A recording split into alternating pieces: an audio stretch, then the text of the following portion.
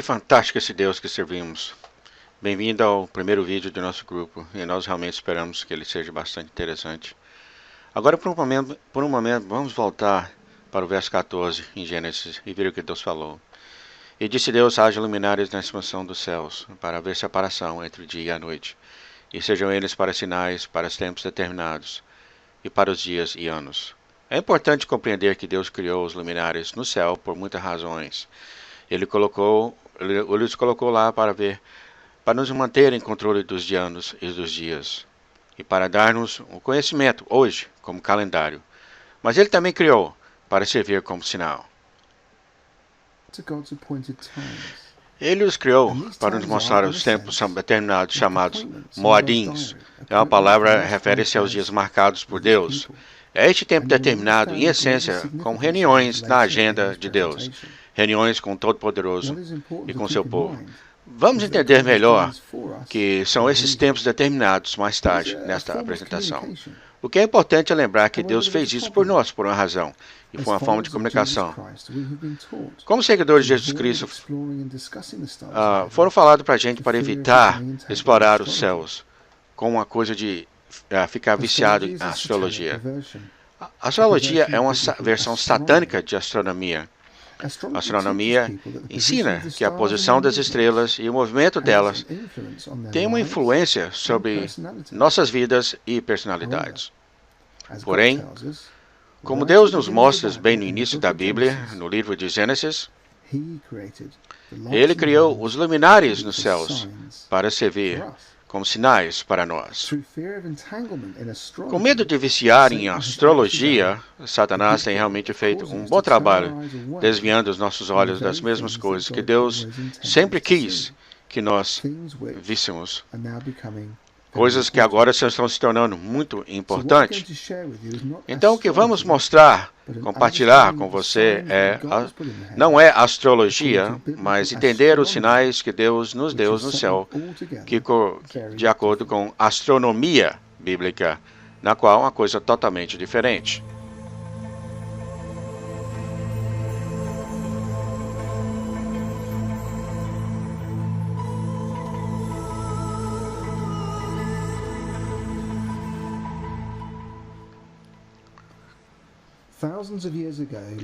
Milhares de anos no passado, um profeta chamado Daniel, o Daniel do Antigo Testamento. Daniel era um homem sábio, um profeta. Ele era um israelita. Ele foi exilado na Babilônia por 70 anos, junto com seu povo, durante o reinado de Nabucodonosor, Belshazzar, Ciro e Dário. Daniel era um homem de grande sabedoria e compreensão, que ele poderia interpretar sonhos. Em Daniel, capítulo 9, versos 22 e 23, ele foi visitado por um arcanjo Gabriel, que lhe disse que ele achou graça e era muito amado por Deus, e que ele era para receber habilidade e compreensão. Ele foi também promovido por Nabucodonosor como supervisor sobre todos os sábios, porque, assim como está escrito em Daniel 5, ele tinha um excelente espírito, conhecimento, entendimento e a capacidade de interpretar sonhos, resolver e explicar enigmas. Como hebreu, e ter a responsabilidade sobre todos os sábios, ele sem dúvida empregou outros hebreus que estavam em exílio com ele. Então, é bem possível que, na época de Jesus, estes homens sábios eram todos os descendentes que estudaram cuidadosamente as Escrituras e profecia e queriam reconhecer os sinais que Deus colocou nos céus e de como interpretá-los. Eles atravessaram o deserto do leste. Eles conheciam as Escrituras e profecias. Eles observaram os sinais nos céus e seguiram sua jornada para Jerusalém. Então, o que eles sabiam e o que eles viram? Para entender o que eles sabiam, nós só temos que ler as mesmas escrituras que eles leram sobre o nascimento de Jesus. Entretanto, também precisamos ter uma base bíblica de astronomia, e é o que vamos compartilhar com você neste momento. O que não podemos fazer é voltar e mostrar o que eles viram nos céus da Babilônia. Mas o que podemos fazer é mostrar a todos vocês um software que se chama Stellarium. Ele usa esses dados astronômicos precisos combinados com a lei da física e mostra precisamente o movimento das estrelas, planetas e constelações que Deus colocou nos céus para nós. Este programa incrível permite ver os céus em qualquer lugar do mundo, em qualquer momento da história. O que você vê na tela reflete exatamente o que você vê no céu, e é usado por astrônomos em todo o mundo. Então, se você sabe o que está procurando, baseado nas escrituras, combinado com um simples entendimento básico da astronomia, poderemos até achar e ver o que eles acharam e viram.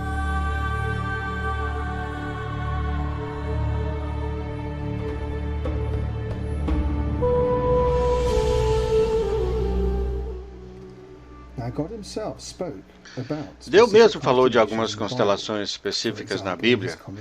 Por exemplo, a sua conversa com Jó, em Jó 38, 31, 33.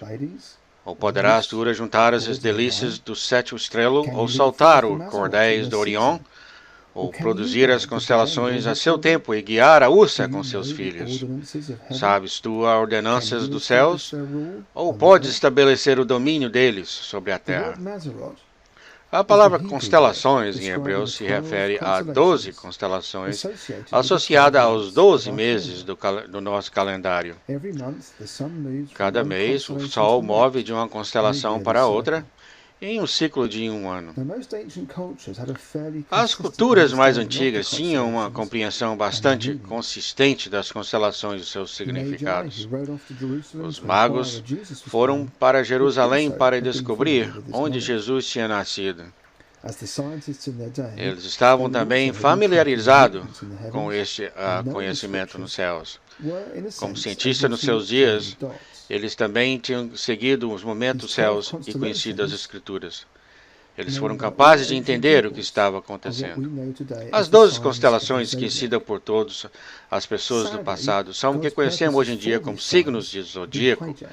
Infelizmente, os propósitos de Deus foram para esses sinais foram apagados pela astrologia.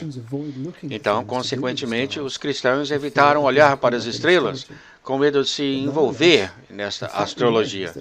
Mas, de qualquer forma, o fato permanece que Deus criou elas, arrumou seu rumo, ordenou seu movimento e declarou as estações para nós. Agora, há duas constelações que você precisa conhecer antes de explorarmos mais ainda o que os magos poderiam ter visto. O primeiro é um grupo de estrelas que formam com a forma de um leão, e talvez você pode até conhecer como Leo. Em hebraico é chamado de Ari. De acordo com a astronomia bíblica, ele representa a tribo real de Judá. A constelação que vem em seguida tem a forma de uma mulher, conhecida como Virgo, ou Virgem, ou em hebreu como Betula. Há muitas constelações nos céus, com grupos de estrelas que Deus mesmo criou e desenhou, e as colocaram juntas em padrões específicos. Há também planetas que movem independentemente das constelações. Esses planetas parecem estrelas e movem pelos céus, e é por isso que eles são chamados de estrelas vagantes. Esses planetas de luz distintivas também têm os seus movimentos, e seus movimentos foram detalhadamente registrados pelos magos e homens sábios. Então, o que os magos viram? Bom, uma das profecias que eles conheciam era da Virgem que deu à luz em Isaías 7,14. O interessante dessa profecia, na qual foi falada para a casa de Davi, da tribo de Judá, foi a primeira que Deus deu como um sinal. Será que o sinal era simplesmente o nascimento de uma criança de uma virgem? Ou talvez era uma outra coisa. Lembre-se que no início Deus disse que Ele criou as luzes no céu para ser sinais. Isaías escreveu em 7,14: Portanto, o meu Senhor vos dará um sinal. Eis que a virgem conceberá e dará à luz a um filho, e o chamará de Emanuel. Emanuel significa Deus conosco. Vamos voltar a esse ponto mais tarde. Então, será que há alguma chance que esse sinal pode ser visto nos céus? Também sabemos que uma das constelações é uma mulher, a Betula. No livro de Mateus, nos diz que os homens sábios vieram do Oriente para adorar o rei dos judeus, no qual seu aniversário foi o que eles viram nos céus. O que sabemos que foi uma estrela de Belém. Usando o Stellarium para revistar os céus, é possível ver hoje em dia isso. Sabemos que não era muito óbvio naquele tempo, apesar dos cartões de Natal tentar retratá-lo como sendo uma estrela incrivelmente brilhante. E a razão do porquê sabemos disso é que o próprio Mateus fala que Herodes teve de perguntar sobre isso, porque ele e seus homens sábios ainda não tinham visto. E nem sabiam quando apareceu. Vamos usar então o Stellarium e colocar a localização em Bagdá, que é perto da Babilônia. Vamos começar a voltar os céus até naquele tempo, como 3 a.C., que é o tempo que todos concordam, os historiadores, que foi a época que Jesus nasceu.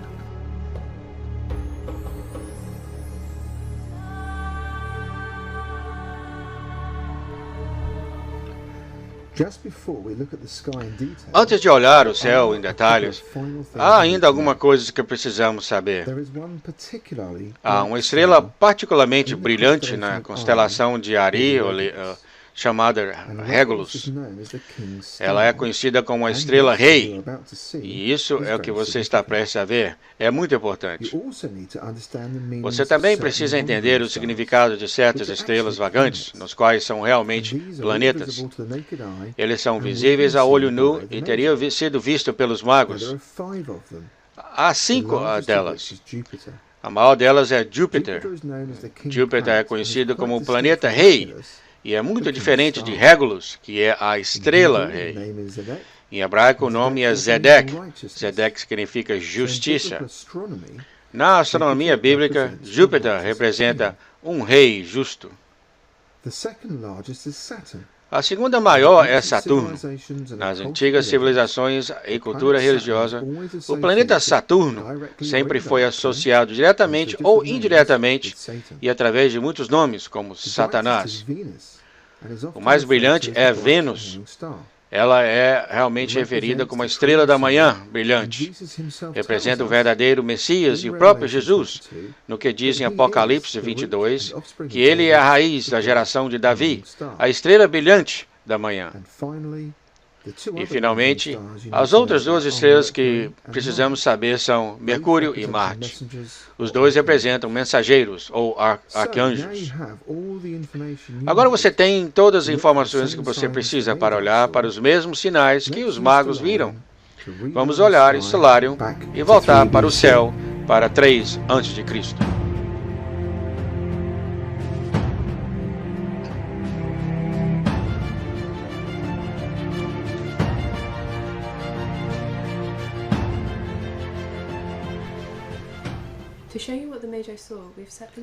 Para ver o que os magos viram, colocamos a localidade como se você estivesse na Babilônia, sentado ao lado dos magos. O ano é 3 a.C., mesmo que o programa mostra aqui no canto, debaixo da direita, como sendo -2. Isso é porque nosso calendário nunca teve o número 0 antes de Cristo e depois de Cristo. Como você pode ver, a data é 1 de agosto, o Sol está na constelação de Leão. Agora vamos projetar os dados nos céus para o primeiro tempo, 1º de agosto até setembro, meio de setembro. Enquanto fazemos isso, você vê Júpiter e Vênus se movendo junto com Regulus para ajudá-lo a achar Vênus. Colocamos marcas vermelhas nela. Como você pode ver, Vênus move muito mais rápido, mas se você olhar com cuidado, no dia 11 de agosto, Vênus e Júpiter se uniram.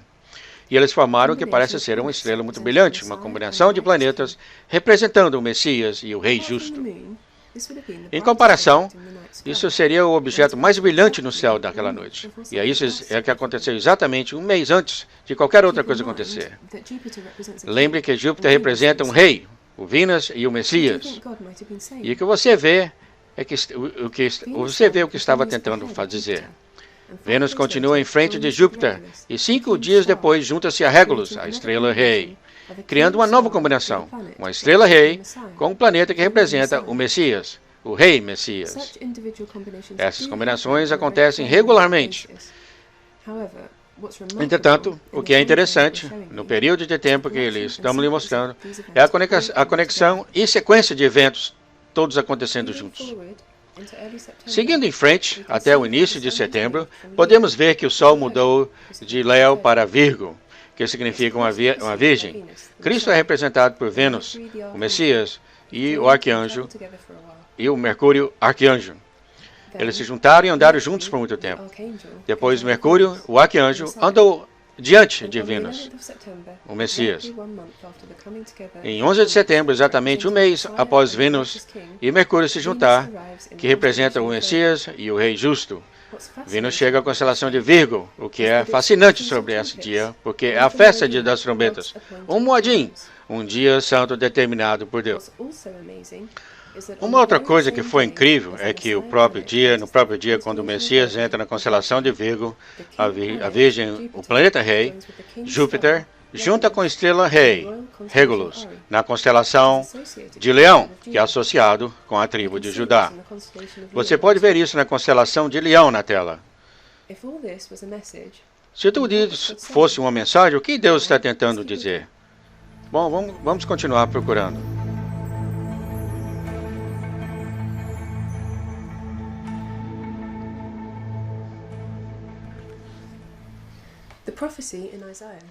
A profecia em Isaías diz que um filho nascerá de uma virgem e será chamado Emanuel, ou seja, Deus conosco.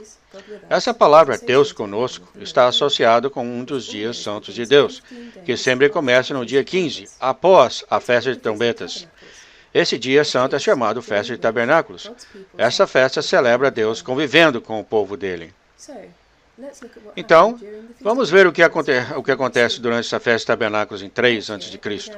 Naquele tempo, a festa começou em 26 de setembro. E no terceiro dia da festa, no dia 29, uma coisa interessante aconteceu. Quando você olha para os movimentos na constelação de Virgem, você pode perceber que não alinha corretamente com as outras estrelas. Esse é um problema com o programa. Entretanto, você consegue ver a estrela chamada Éspica, brilhando abaixo de Vênus. Se você olhar para cima, você vê o nome da constelação, que é Virgo ou Virgem. Essas duas estrelas representam o quadril de uma mulher. O terceiro dia da festa de tabernáculos, em 3 a.C., o planeta que representa o Messias passa entre essas duas estrelas, o que é de fato o canal onde a mulher dá à luz. Incrivelmente, o Messias era para ser chamado Emanuel, que significa Deus conosco, e ele realmente nasceu no dia 29 de setembro, durante a festa de tabernáculos, onde o povo de Deus estava celebrando Deus vivendo com eles. Mas essa história acontecendo aqui no céu não parou por aqui.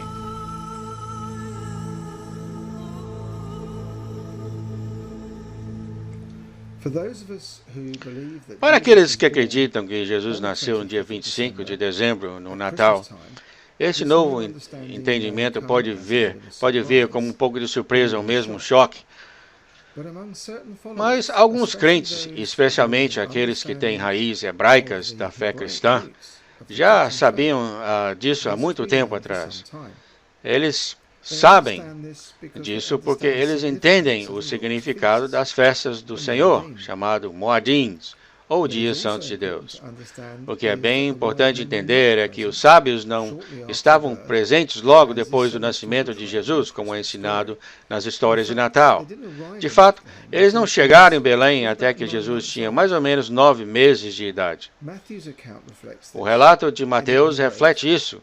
Ele escreveu em 2:1-11, e tendo nascido Jesus em Belém da Judéia, no tempo do rei Herodes, eis que alguns magos vieram do Oriente a Jerusalém, e entretanto na casa acharam o menino com Maria, sua mãe.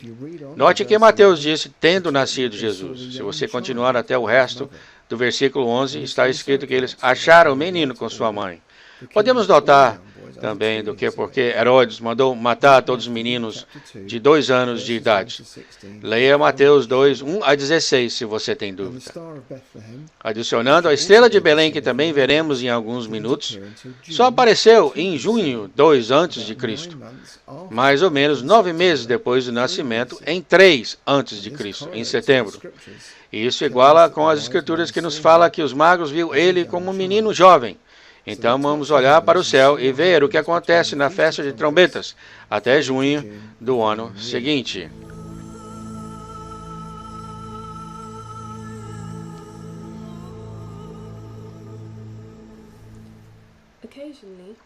Ocasionalmente, os planetas fazem coisas estranhas.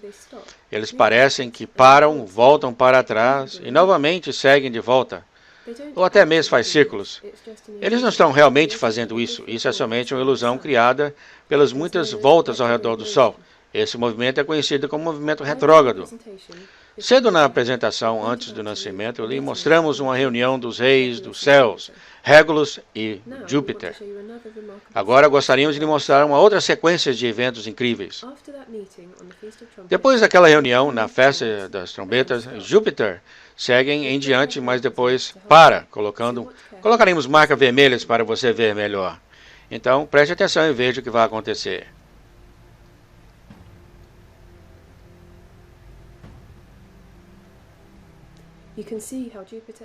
Você pode perceber que Júpiter parece parar. E agora ele volta para reunir com Regulus pela segunda vez.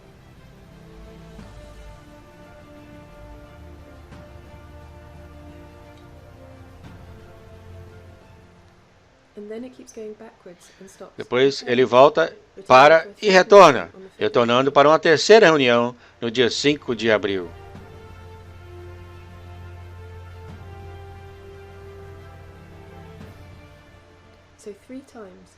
Então, 3 vezes em 7 meses, o planeta Rei reuniu com a estrela Rei na constelação real de Leão. Isso devia ter sido a confirmação que eles estavam precisando, tendo visto o nascimento nascido no céu que aconteceu em setembro do ano anterior, que o Messias prometido, o Rei dos Reis, prometido da tribo de Judá, havia de fato nascido. Agora demora 5 a 6 semanas para viajar de camelo da Babilônia até Jerusalém. Eles foram lá porque Jerusalém era a capital de Judá, assumindo que o rei iria nascer na capital. Daí a razão que eles foram perguntar a Herodes onde Jesus estava. Surpreendentemente, quando chegaram em Jerusalém, a estrela brilhante que eles viram no começo de toda essa história, criada pelo planeta Rei, reunindo com a estrela Rei, aparece de novo. Se avançarmos um pouco mais, você pode ver Vênus alcançando Júpiter, criando uma estrela brilhante que era a estrela de Belém. Isso era o sinal final desta incrível sequência e que os levaram a Belém, como está escrito em Miqueias 5:2. E tu, Belém, Efrata, posto que pequena entre as milhares de Judá, de ti me sairá o que governará em Israel.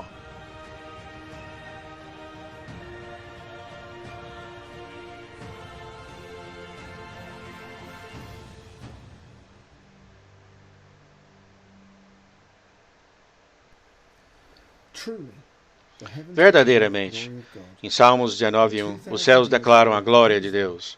Em 2000 anos atrás, ele usou eles para mostrar que uma coisa incrível está prestes a acontecer.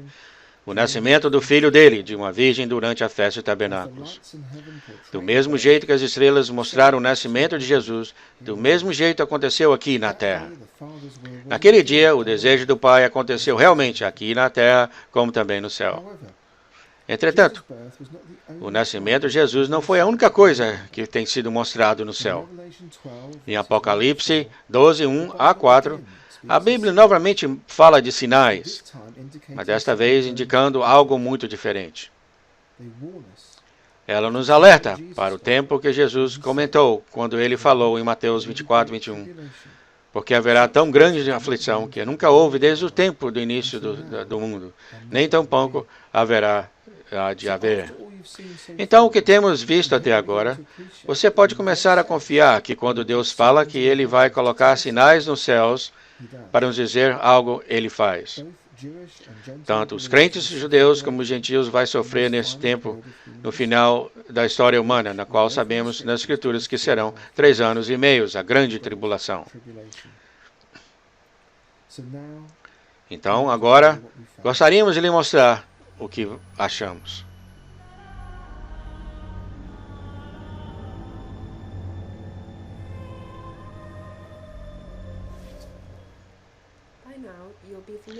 Então, por agora, você já está familiarizado com a mulher nos céus, Betula, o sinal de uma mulher no céu, onde Jesus mostrou Jesus nascendo. Em Apocalipse 12 também fala de uma mulher vestida do sol, tendo a lua debaixo de seus pés. Apocalipse 12:1. Se você lembrar o que lhe mostramos em 3 a.C., você poderá já estar pensando que isso parece similar. Mas em caso de que você ainda não tenha conectado, lhe mostraremos. Isso é o que vimos em 3 a.C. Betula está vestida com o sol, como pode ver, e a lua em seus pés. Apocalipse diz: E viu-se um grande sinal no céu, uma mulher vestida do sol, tendo a lua debaixo de seus pés, e uma coroa de 12 estrelas sobre a sua cabeça. O outro sinal, em 3 a.C., mostra que uma mulher dando à luz. Não havia uma coroa de 12 estrelas acima de sua cabeça. O sinal de Apocalipse 12 ocorre somente um pouco antes, quando Satanás for lançado de volta à terra. Ela então faz guerra contra os santos por 3 anos e meio, no tempo conhecido como Grande Tribulação. Entretanto, usando o Stellarium e ver o futuro, nós descobrimos uma coisa muito interessante. Você pode ver a mulher vestida com o sol, a lua debaixo de seus pés. Mas dessa vez, algo diferente está acontecendo em sua cabeça. A coroa é um símbolo real. A constelação de leão ou Leo acima da cabeça da mulher representa a tribo real de Judá e é feita de 9 estrelas que você pode ver, que estão conectados por uma linha azul quase apagada na tela. O que é interessante nesta data especial, porém, é que as 3 estrelas vagantes agora juntaram-se, alinhando com as outras 9 estrelas acima da cabeça dela, fazendo uma coroa de 12 estrelas. A data mostra o dia 23 de setembro de 2017, Festa das Trombetas. Mas o que acontece com o resto de Apocalipse 12? Bom, continua dizendo: E viu-se outro sinal no céu, e eis que era um grande dragão vermelho, que tinha 7 cabeças e 10 chifres, e sobre as suas cabeças 7 diademas. E a sua cauda levou após si a terça parte das estrelas do céu, e lançou-a sobre a terra, e o dragão parou diante da mulher, que havia de dar à luz, para que, quando ela desse à luz, lhe tragasse o filho. Mais tarde, em Apocalipse 12, é revelado que esse era o grande dragão. Ele é a antiga serpente, Satanás. Há várias constelações representando serpentes ou dragões, mas 3 em particular parecem em forma de uma grande serpente, vagando entre as outras constelações no céu. Assim como a serpente vaga em todo o céu, ela cerca de 10 constelações. Será que elas representam 10 chifres? Finalmente, o rabo da serpente tem uma constelação chamada Hidra, uma constelação muito grande, com um tempo de trânsito de 8 horas. Por causa da rotação da Terra, as estrelas parecem mover-se através do céu, subindo o leste e se descendo no oeste. Elas levam 24 horas para completar o círculo. Então, 1/3 do círculo, 8 horas, seria igual a cobrir 1/3 do céu. O rabo da serpente cobre 1/3 do céu. Nesta ilustração, se você olhar cuidadosamente, você pode ver o que sua cabeça está nos pés da mulher, esperando para devolar quando ela der a luz. Você pode ver também um pouco acima a constelação de Hércules. Essa constelação agarra a cabeça de Hidra, uma serpente de 7 cabeças. Agora, a cabeça da serpente é a constelação Corona Borealis, que é uma coroa que tem 7 estrelas. Se tudo isso não fosse suficiente, vamos ver o que mais descobrimos. Vamos olhar no programa desde 23 de setembro de 2017 até cedo 2018.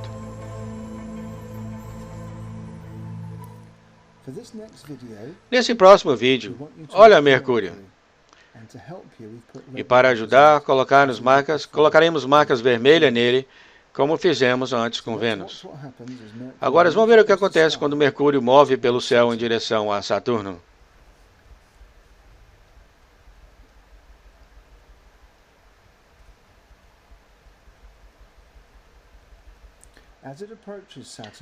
Assim que começa a se aproximar de Saturno, começa a parar e retornar.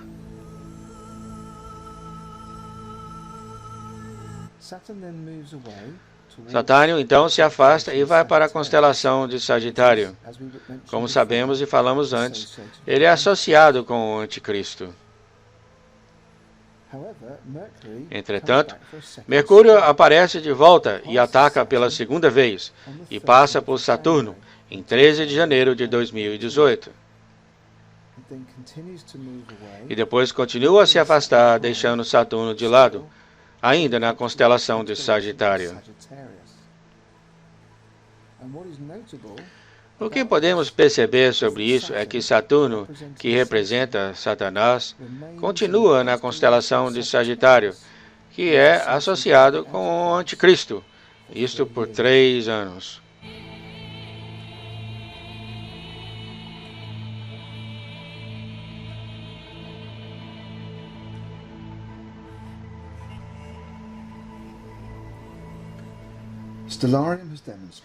Stellarium nos demonstrou que os sinais aparecendo no céu vemos em Apocalipse 12. Irá começar na festa de trombetas em 2017. Antes de tomar uma decisão de produzir esse vídeo, nós gastamos 5 meses testando as descobertas, visitando 60 igrejas e líderes ministeriais. Nós estamos bem conscientes da gravidade dessa mensagem. E para sermos muito claros, nós não estamos marcando um dia para o retorno de Jesus, porque ninguém sabe a hora e o dia a não ser o Pai. E nem estamos lhe dizendo que certas coisas vão acontecer em certas datas, porque nós simplesmente não sabemos. Só o que estamos fazendo é compartilhando nossas descobertas e o que testamos. Então, o que tudo isso significa? Muito simplesmente, acreditamos que temos um prazo bem curto antes do mundo se tornar muito mais escuro e a vida se tornar muito mais difícil para os discípulos de Jesus Cristo. As notícias estão cheias das tribulações que vêm acontecendo ao redor do mundo, com os cristãos perseguidos e matados pelos muitos países, especialmente no Oriente Médio. Mas podemos e devemos também alegrar-nos, porque a nossa salvação está chegando próximo. Com esses eventos globais, indica e condena a verdade da palavra de Deus. Nosso conselho é orar e pedir a Deus para falar com você pessoalmente sobre o que você tem visto nesse vídeo. Também sugerimos que talvez agora chegou a hora de começar a se arrepender e verdadeiramente buscar primeiro o reino dos céus e da justiça de Deus. Use o dia sabiamente para prepará-los para esse tempo de grande problema, porque Deus mesmo nos disse em Apocalipse 21 que quem vencer herdará todas essas coisas. Que o tempo está chegando que Deus vai viver novamente com seu povo. O nosso próprio Deus estará entre o povo dele e nós estaremos com ele. Ele enxugará todas as lágrimas. Não vai haver mais morte, nem tristeza, e nem choro. Não vai haver mais dores. Todas as coisas irão certamente passar.